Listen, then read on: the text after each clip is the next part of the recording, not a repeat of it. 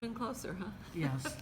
So, my name is Riddiough. I'm here with Kristin Lems, who's well known as the songstress of the ERA. And I'm going to talk with Kristin a little bit about how she got involved, what her background is, and so on. So, my first question is, what was your life like before you got involved in the ERA and the women's movement? Okay, well, I was raised from age 7 on by a single mom. And so watching my mom's struggles in the workplace was very consciousness raising and angering. Got me very interested in women's wages, women's rights. In my teens, I was not so much focusing on women's rights, really. It was more about the Black Civil Rights Movement. That's what I was active in. Even as a teenager, I did actually attend 2 marches in Chicago with Martin Luther King. And I know that because I journaled. And the journals are funny. But yeah, I remark about how Mahalia Jackson was boring. Really? Sorry about that. And my heartthrob was Sidney Poitier, but I also liked Martin Luther King quite a bit. But anyway, I was active in the civil rights movement growing up in Evanston, Illinois in the 1960s. Then I think really probably the transition to being interested in the women's movement really happened in fall of 1973 when I got back from teaching English in Iran for a year. And I was surprised by all the headscarves and women and men being separate all the time, and I started thinking about women's roles. And so when I came back to Chicago in fall 1973, I was just bursting with this enthusiasm for women's rights, and that's when I wrote a song in the fall 1973 called Women Walk More Determined. And I literally saw that women, between the time I left in 72 and I got back in 73, we walked with a longer stride. It was visible. It's funny how you can have more culture shock from your own culture when you've been out of it for a while. You come back, and so women walk with a stronger stride than they ever did before. So I got very excited about my song and about singing songs about women. And then I helped organize this first women's music event at University of Illinois in the fall of 73. And that tumbled into organizing the first National Women's Music Festival, which took place in May of 1974 on the campus of the University of Illinois. Well, when you organize a women's music festival on a national scale, all kinds of new ideas and people and concepts start pouring in. And so then it was just deeper and deeper involvement and more, what's the word I want? Enlightenment, dare I say, about what was going on. So I was in Illinois. Illinois was a state that had not ratified the ERA. So it was just a natural thing that I would start to get involved with the Equal Rights Amendment ratification effort, along with other things. You know, there was a Gay Illini, and there was, a whole bunch of women's rights-oriented student groups. And so one of them was the ERA Coalition of the University of Illinois, and I got very active in the ERA Coalition. And so I was a folk singer and a songwriter, and so I started writing songs about women's predicament and our solidarity to change things. And as the National Women's Music Festival grew, I heard more and more women's voices singing about our rights. And so I think I wrote Ballad of the ERA in 1970, or I released it as a 45 in 1977. And so that song started getting around. I started singing it all over the place in Illinois. Sometimes I was singing it for battered women's shelters, or for the YWCA, or for a rally on campus for pro-choice. And so the song really started getting around and started to be sung by singers in other states as well. It was sung in Indiana, I know, as they were trying to ratify. And so then I started writing other songs, and I started really kind of being the troubadoura for the Equal Rights Amendment, and so it really started gaining a lot of steam. And well, I've got a huge file of places that I sang for the Equal Rights Amendment, and I can't even tell you where all of them were. Right. But they started out being mostly in Illinois. And I wrote a very, I think, influential song in, I think it was it must have been 78, called Farmer. And that was about the specific injustice that women farmers would lose their farms when their husbands died because they were considered not the farmer but only the farmer's wife. Whereas the man farming, if his wife would die, he could continue with the farm and didn't have to pay an inheritance tax. So when I found out about that, I had a great song that could prove that we needed an Equal Rights Amendment. And that song really just, it caught on like wildfire. Mm-hmm. Since I was in Central Illinois singing a song about farm women, Mm-hmm. it was picked up by the Illinois Farm Bureau. It was in Ann Lander's column.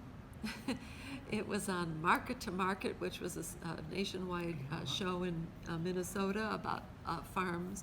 It was in Farm Journal magazine and Farm Wife magazine. There was something called Farm Wife magazine. Wow. And I truly feel that I moved the needle a little bit because it was not just like, well, of course we need women's rights, but there aren't any laws that discriminate against women anymore, are there? And I could say, well, listen to this.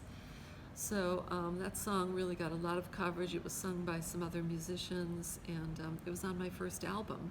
It's called Farmer, and it's done in a C&W, pure country western style, with the most gorgeous steel guitar in the background that you've ever heard, pure Champaign-Urbana, you know. Mm-hmm.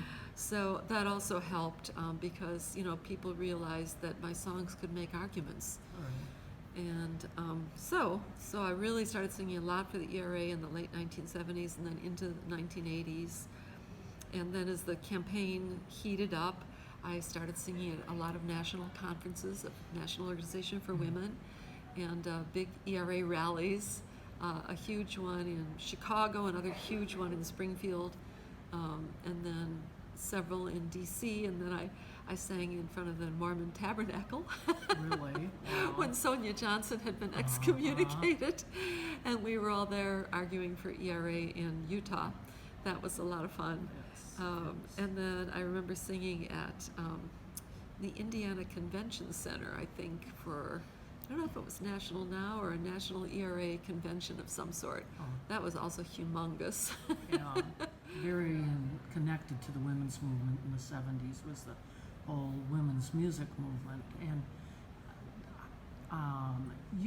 you played, I think, a unique role Yeah, in terms of linking that to the ERA. definitely. So, because I think Yeah. the other women singers didn't have that direct connection with the ERA. And can you talk Right. a little bit more about that? Yeah, well, actually, I was the founder, and I was on the organizing committee for the first 5 years. And I pushed and pushed that we have a rally every year sometime during the festival. And so we had an ERA rally, I think it was in, must have been 76. And then we had another ERA rally in the middle of the festival, or right in the festival. That was not just me singing, it was a whole bunch of women speakers and legislators. And I remember very well Therese Adele, who was from Ohio, wrote some ERA songs and sang in the rally in 76 or 7. So I really thought it was very important to have a rally that helped raise political issues connected to our culture, and that they were not separable from each other. I don't know if they had rallies after I sort of deactivated from the festival, but I was definitely really pushing for that a lot. And it was inseparable from all the other movements because Illinois had not ratified. Yes. It was just unfinished business. There was also a lot of creative activity going on. Women rewriting pop songs to put in ERA lyrics all the time, and I mean, I've got whole songbooks of them. of clever that's great. rewrites, just like the labor movement used to do, where they, Yes. Joe Hill would rewrite songs and everything. Yeah. There were just tons of rewrites of pop songs and folk songs that had ERA lyrics in them. That's great. So the ERA campaign in Illinois and in general ended in '82. So what were you involved in after that in the last Yeah. 37 years or so? Oh, is that all? Yeah. Well, it's kind of weird because, I was there on the day that the ERA expired, June 30th, 1982, at the rally that we had on Lafayette Park in D.C.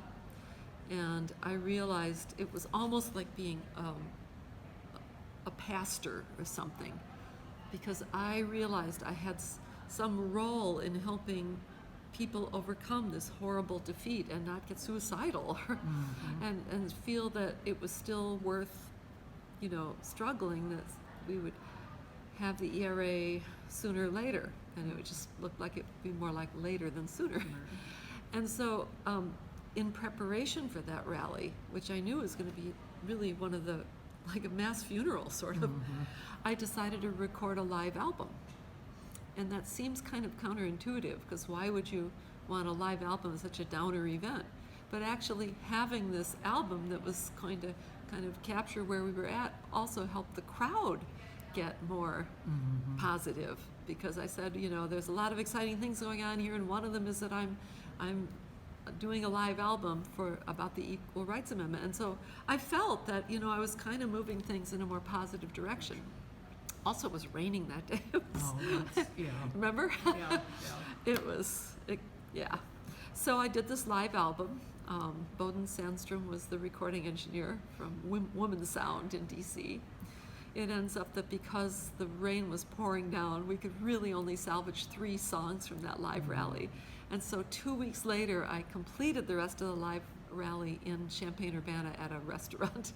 But it's also live, and it's also got kids in it, a lot of kids singing songs about women's rights, and including my songs, My Mom's a Feminist, and some other very strong songs, and then some ERA songs that I didn't write too.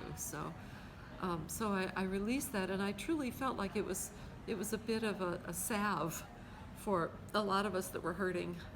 But then, by the end of 1983, I'd finished my master's degree in TESOL, teaching English as a second language, and I got hired to do a Fulbright, and I was chosen to do a Fulbright in Algeria, teaching teachers about ESL.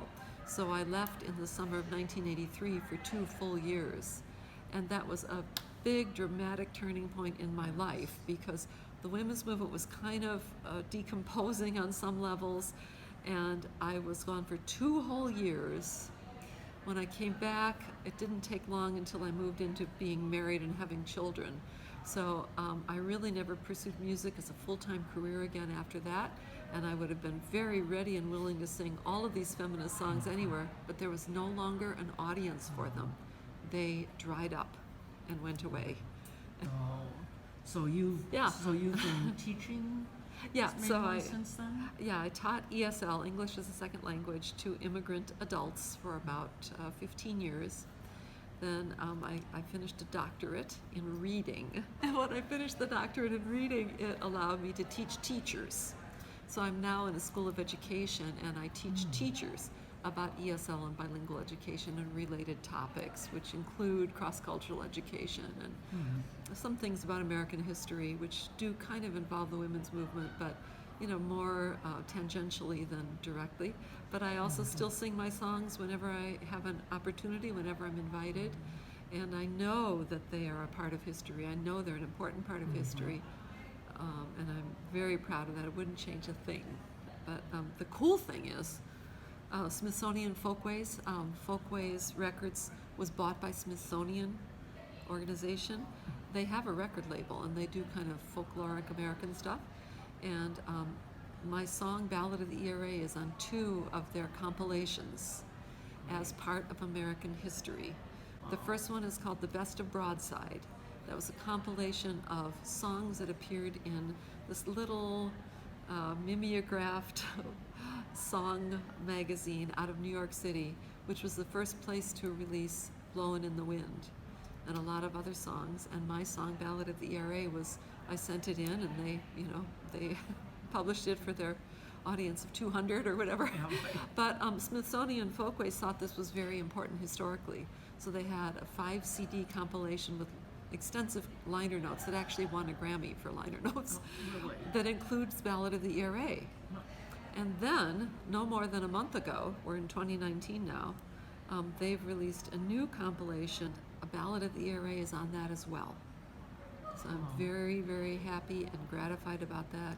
It includes many work songs, spirituals, songs of freedom and struggle from a whole lot of different movements, the farm worker struggle and the struggle against the dictatorships in South America. And so they chose my song, Ballad of the ERA, to be on it.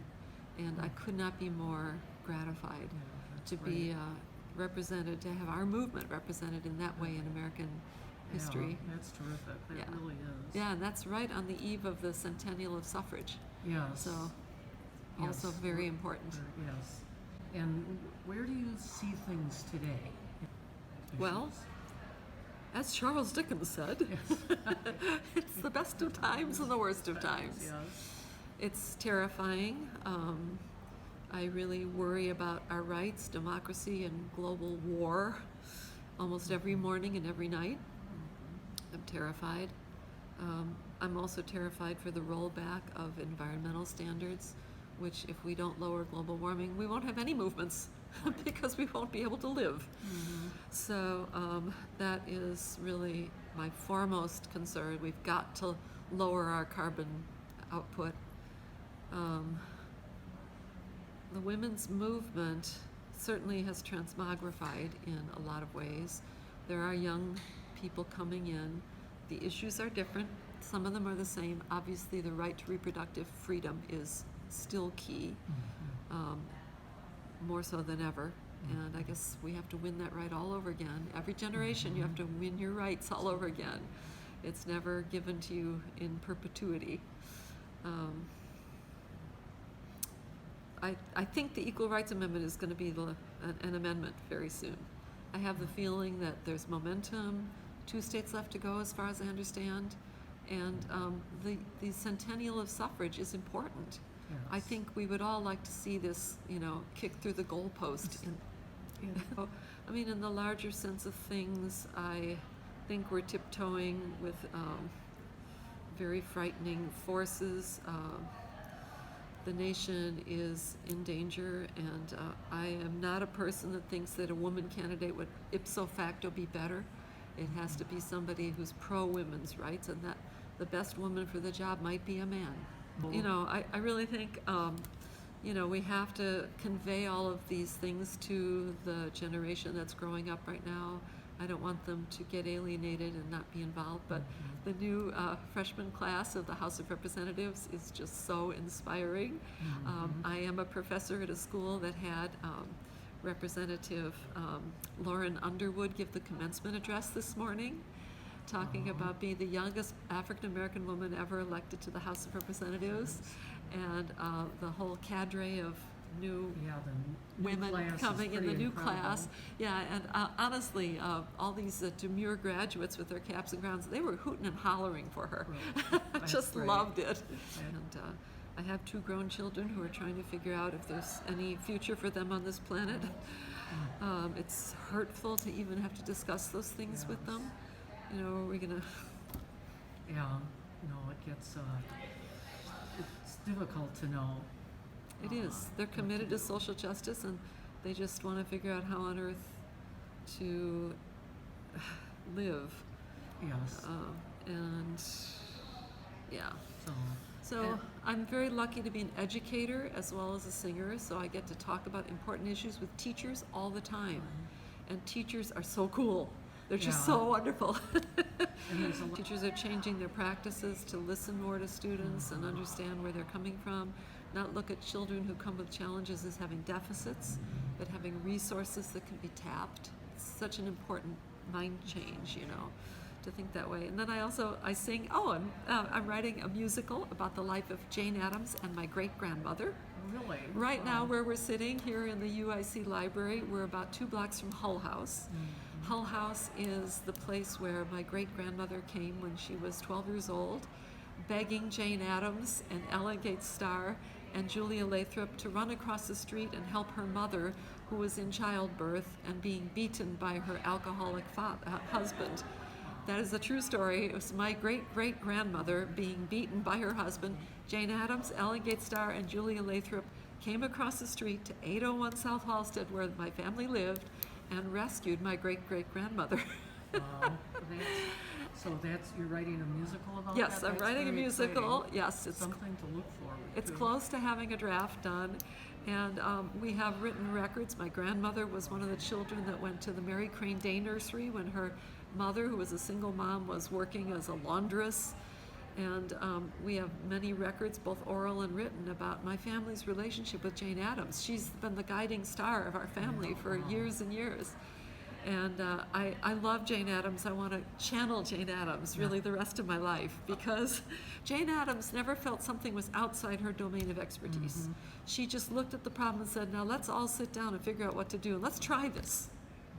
She got other women involved who wanted to be important, agents of change, newly educated women who were expected to just go back and, run a household, but wanted to do more.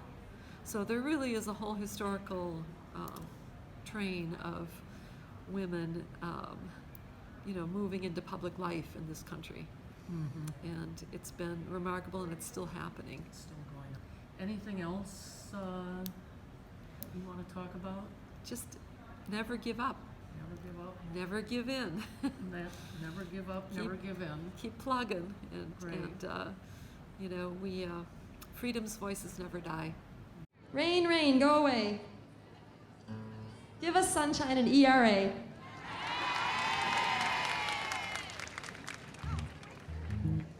Very quickly then, a song by Eddie Grogan from Indianapolis Now.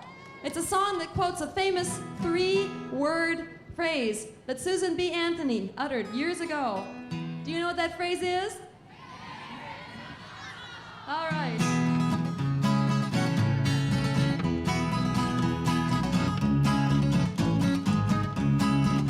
It's got a singable chorus, and I want you to try it. Failure is impossible, victory's inside. Failure is impossible, we will have equal rights. So shout it from the rooftops, sing it in the street. Failure is impossible, we'll not accept defeat. It took 3 generations, from 1848 till the day when women finally won the suffrage debate. Now 2 more generations have gone and passed away, but we still lack liberation and we don't have ERA. Join me. Failure is impossible, victory's inside. Failure is impossible, we will have equal rights. So shout it from the rooftops, sing it in the street. Failure is impossible, we'll not accept defeat. Oh, Susan B. Anthony is the mother of us all. An older sister fought for years, her name was Alice Paul. Elizabeth Cady Stanton and bold Sojourner Truth, Lucretia Mott and Lucy Stone and Frederick Douglass knew. Try it.